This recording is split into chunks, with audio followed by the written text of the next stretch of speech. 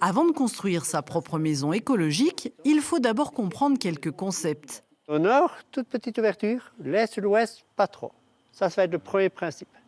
Après, le deuxième principe, c'est d'avoir des axes transversants. Comme ça, tu peux oxygéner le bâtiment.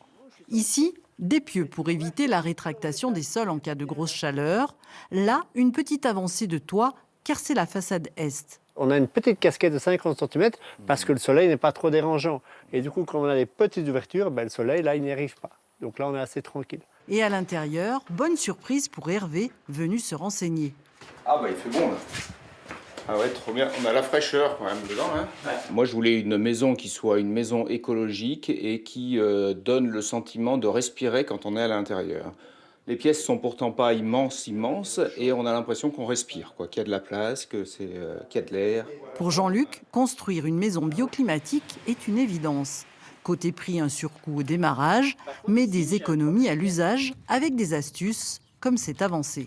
Alors, chaque saison, je change l'orientation de mes lampes. Et en hiver, j'ai tout le soleil qui rentre dans le bâtiment et qui me chauffe gratuitement. Et évidemment, pas besoin de climatisation.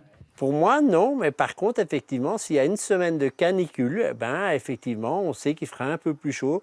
Le record que j'ai battu pour l'instant, c'était 42 degrés au pied du mur et à l'intérieur, on avait 25. C'était le plus chaud qu'on a eu jusque maintenant. Des formations sont proposées pour créer sa propre maison écologique. La preuve que des solutions existent à l'heure où plus de 12 millions de Français vivent dans des passoires thermiques.